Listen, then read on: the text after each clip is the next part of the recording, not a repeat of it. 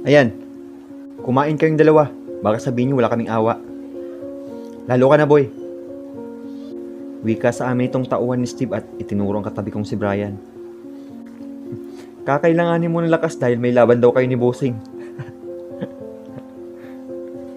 Dagdag pa nito matapos niyang ilagay sa lapag ang isang plato na punong-puno ng pagkain. Ano ba yan? Ginawa niya naman kaming aso? At saka, paano kami makakakain ito kung pareho kami nakatali? Kuya, sa tingin mo magagalaw namin yung ibinigay mo? Eh ano ba naman yung kalagan mo muna kami para makakain din kami ng maayos? Total, nakatali rin naman ang mga paa namin. Kaya sigurado kayong hindi kami makakawala. Pagtataray ko. Abay, nag-inarte pa. Kayo na nga binibigyan ng pagkain. Kung ayaw niyong kumain, edi wag. Eh paano nga kami kakain? Sige na ho, Bossing oh. Gutom na rin talaga ako. Kahit tig-isang kamay na lang ho kami. Para naman maayos ang magiging pagkain namin. At saka, Bossing, padala na rin ho ng isang pitsilang tubig ah. Sabat nitong si Brian. At saka ko tinignan itong lalaki na mukhang bisugo. Akala nito, ikinagwapo niya ang hikaw na nakabaon sa tenga niya. Pwede nang sabitan ng hanger sa laki ng butas. Sige na, taong bisugo, kalaga mo na kami. At kanina pa ako nagugutom. Magagabi na wala pa akong kain. Sa isip ko. Sige, pero ikaw lang boy ang kakalagan ko. Subuan mo na lang yan si bakla. Malilintikan kami kapag nakawala yan. At umayos ka ha. Huwag kang magtangkang tumakas kung hindi. Hindi ka na masasinaga ng araw bukas. Pagbabanta pa nito sabay ngisi sa akin. Ariglado, Bossing. Huwag kayo mag-alala. Ako nang bahala magsubo sa kanya. Magaling naman akong pasubo eh. At saka, Bossing, wala pa akong pakialam sa baklang to. Kaya sa akin na lang itong lahat ng pagkain ha. Para paniguradong may lakas ako mamaya. Para dun kay, ano nga bang pangalan nun? Si Sir Steve. Maikling sagot ito kay Brian. Ah, Steve. Magaling ba yun? Napalingon ako kay Brian dahil sa tanong niyang ito. Talagang yan pang iniisip niya sa sitwasyon namin ngayon? Napakamanyak rin ito eh. Turan ko sa sarili ko at napapailing na lamang ako ng ulo. Sige na, Bossing. Talaga muna ako. Di ko nga alam kung bakit ako nakatali rito eh. Nag-unwind lang naman ako sa lugar to kanina.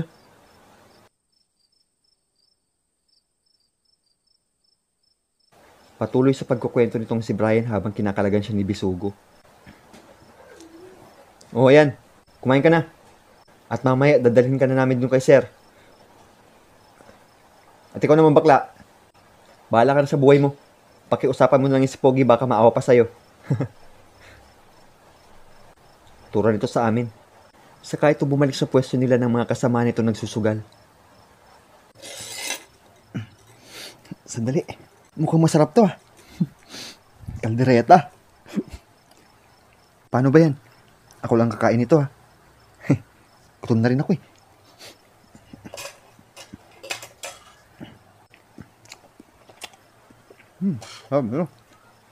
Pang-iinggit sa akin ni Brian.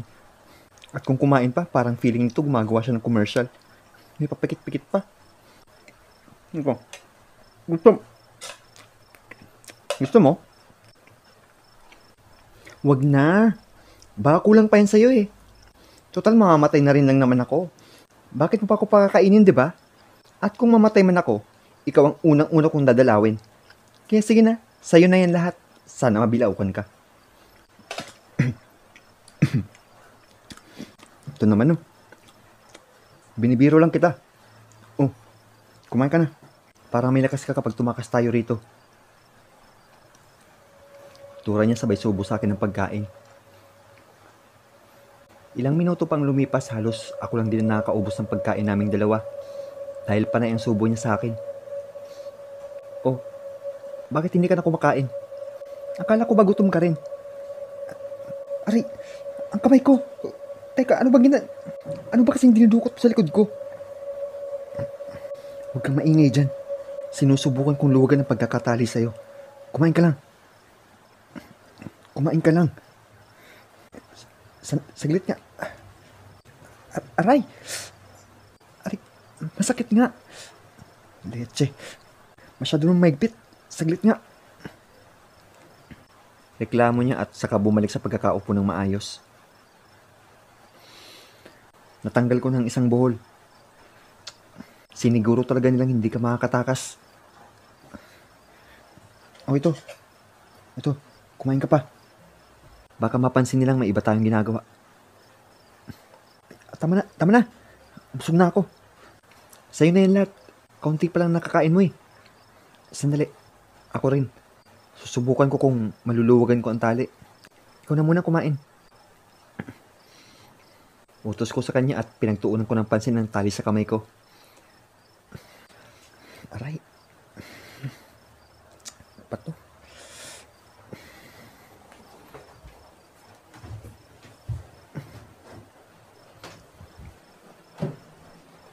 Sa sobrang higpit ng pagkakataling nila sa akin, ramdam kong may mga natamo na akong mga sugat sa pulsuan ko dahil sa lubid. Ay! Ano ba yan? Pagmamaktol ko. Dahil hindi talaga matanggal sa pagkakabul ang tali na ito. Jerome? Oh, bakit? Nang tingnan ko ang grupo ng mga pangit na bantay namin, lahat sila nakatingin na sa aming dalawa ni Brian. Kaya agad kong ibinaling ang tingin ko dito sa katabi ko na nakakunot na ngayon ng noo. Kung mababasa ko lang iniisip niya, malamang isinusumpa na ako nito dahil sa katangahan ko. Tignan mo nga yung dalawa.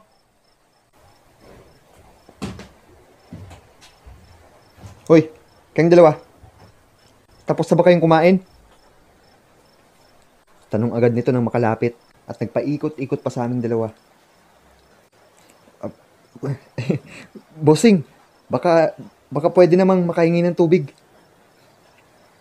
Tura nitong si Brian, habang ako naman, inaayos ang pagkakaupo baka makalata silang tinangka kong alisin ang tali sa kamay ko.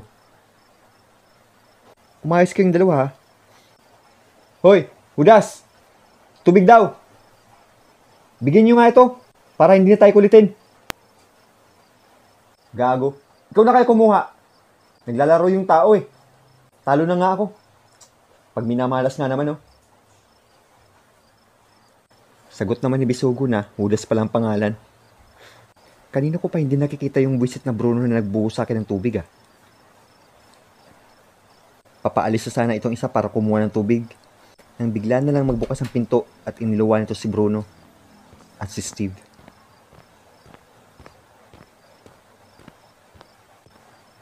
Anong nangyayari dito? Oh, at saka, bakit walang tali yan sa kamay? Pagtatanong ni Steve at saka ito nagsindi ng sigarilyo. Kadiri, kaya pala tuyot na ang utak mo dahil siguro sa paninigarilyo. Sa isip ko. Kumain lang yan, boss. Pero itatali. Wag na. Sige, kalaga na siya. Utos ni Steve at saka ito tumalikod sa amin. Himala, hindi niya ako pinag-iinitan ngayon ah. Agad lumapit sa akin itong lalaki na kukuha sana dapat ng tubig kanina at sinimulan kalagan ang pagkakatali sa mga paa ko. Ngunit nagulat ako. Agad itong tinadyakan ni Steve sa likuran, kaya tumilapon ito. Tarantado ka! Bakit mo tinatanggal ang tali niyan ha? Gusto mong isabay kita sa pagtapos ko sa kanya ha? Ha? Ang tinutukoy kong kakalagan mo ay ang katabi niya. Bakit ko naman papakawalan yan, ha?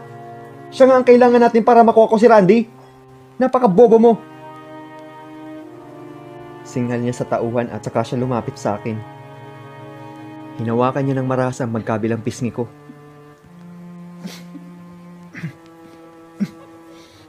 Ano? Umasa ka naman na papakawalan kita? In your dreams. Hindi ka na makakaalis dito. Dito ka na mamamatay at dito na rin kita ililibing. Kapag nakuha ko si Randy, magpapakalayo-layo kaming dalawa. Oh, di ba? Ang romantic noon.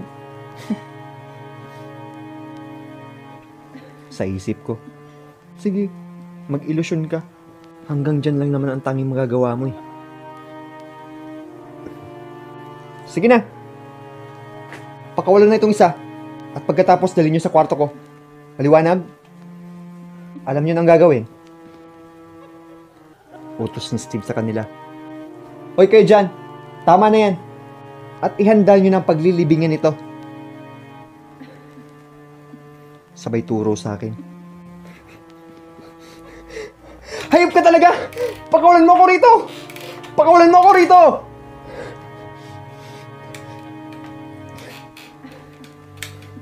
Bakit? Natatakot ka na ba? Siyempre, bago kita patayin, mararanasan mo muna maging masaya sa huling sandali mo.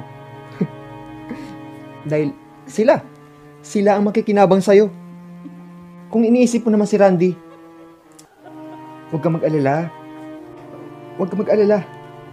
Aalagaan ko siya para sa'yo. Aalagaan ko siya hanggang sa makalimutan ka niya. Ipka, papatayin kita! Papatayin kita! Papatayin kita! Ipka, papatayin kita! Pakawalan mo ako rito nga, Ipka!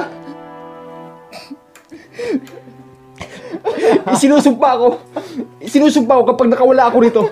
Ako mismo papatay sa'yo. Ipka. Bumalik ka rito! Napatigilan ko dahil sinikmurahan ako nitong si Bruno. Hindi pa nakontento. Binigwasan pa ako sa mukha ng 2 beses. Kaya halos mahilo ako sa sobrang lakas. Boss, tama na. Maawa naman kayo. Pagpipigil ni Brian at iniharang niya ang kanyang braso. Bakit? Naaawa ka? Gusto mo ikaw din? Napatingin na lamang ako sa gawin ni Brian. Nakikita ko rin na nais niya akong tulungan, ngunit wala siyang magawa. Hindi rin nila pwedeng malaman na pinsan siya ni Randy. Baka madamay pa siya. Binigyan ko na lamang siya ng tingin na sinasabi kong, okay ako, huwag kang mag-alala. Yun lang at bigla na lang nagdilim ang buong paligid ko.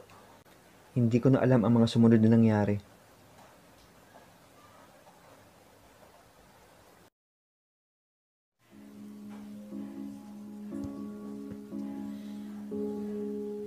Dinala ako ng 2 tauhan ni Steve sa kanyang silid at itinali sa ibabaw ng kama. At nag-iisip ako kung paano ako makakawala rito para mailigtas ko rin si Jerome bago pa man may gawing masama ang baliw na yun. Oo, aaminin ko. Basta usapang kama, lagi akong handa sa pagkikipaglaban. Pero, iba ang sitwasyon namin ngayon eh. Buhay naming 2 ni Jerome nakasalalay kapag gumawa ako ng maling hakbang. Sinadya ko talaga magpahuli sa kanila kanina upang malaman kung ang lagay ni Jerome dito. At kung papala rin, ay sabay din kami makalabas pareho ng buhay. Bakit hanggang ngayon wala pa rin sila, Kuya Philip? Ano na kayo nangyayari? May plano pa ba silang iligtas si Jerome? Kung iisipin nga, hindi ganun kahirap makalabas dito. Dahil gawa lang ito sa kahoy. Ang problema, may nagbabantay sa labas. Hindi pa ako nakakalayo, ay may mga bala nang sasalubong sa akin. Narinig ko ang paglagitnit ng pintuan kaya napatingin ako doon. At pumasok na nga dito sa loob si Steve. Sorry pinag-antay ba kita? Tanong nito at sa kanya tinanggal ang pang-itaas sa damit. Napatingin ako sa kanyang tagiliran dahil may nakasiksik na baril sa kanyang pantalon. Binigyan ko lamang siya ng mapang-akit kong mga ngiti para mas lalo niya akong gusto yung tikman. Hindi naman.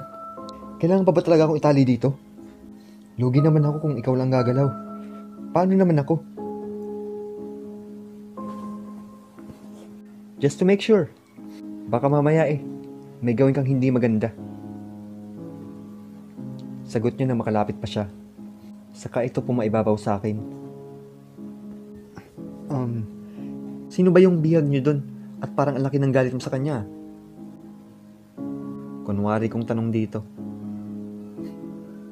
Huwag mo na nga siyang kilalanin. Mawawala na rin naman yun sa mundong ito. At saka, huwag ka masyadong matanong. Nawawalan ako ng gana. Tugon ito sa akin at nagsimula na itong buksan sa pagkakabutones ang aking pantalon.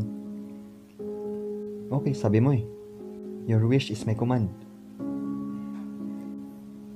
Habang pinagsasawa niya ang kanyang sarili sa katawan ko, ay nakumbinsi ko itong tanggalin ang mga nakatali sa akin. Tumayo ako. Sinundan niya lang ako ng tingin. Bumaba rin ito sa kama at saka lumapit sa akin. Masyado namang common kapag sa ibabaw lang ng kama. Bakit hindi natin bigyan ng thrill? Bulong ko sa kanya. At masunurin naman talaga ang baliw.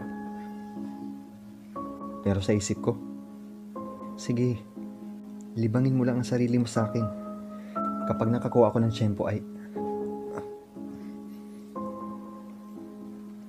Napatigil ako sa pag-isip dahil namalayan ko na lang.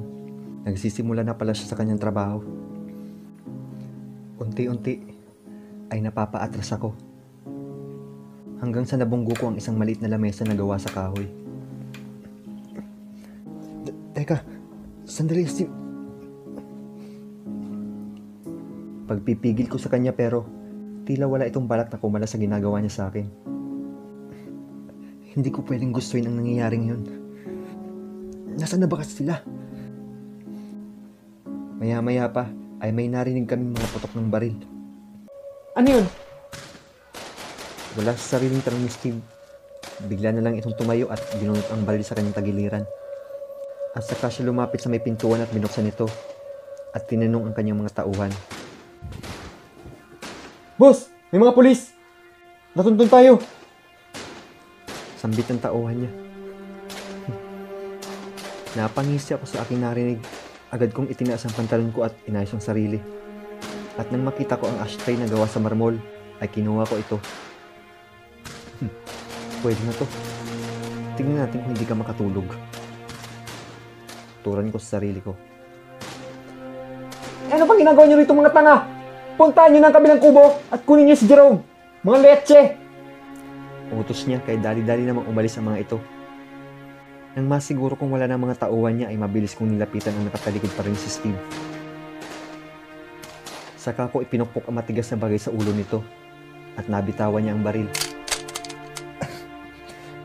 Hayop ka! Traidor! Sigaw nito sa akin. Mukhang nahilo yata dahil hindi siya makatingin sa akin ng diretso. Kaya ang ginawa ko, tinadyakan ko pa siya ng paulit-ulit. Kahit kailan, hindi mo ako naging kampi. Ha? Ano? Masakit? Ito ang ganti ko sa ginawa mo kay Jerome. Nang mawalan ito ng malay, ay saka ako tumigil sa pagsipa. Pinulot ko ang kanyang baril at saka ako lumabas ng kubo.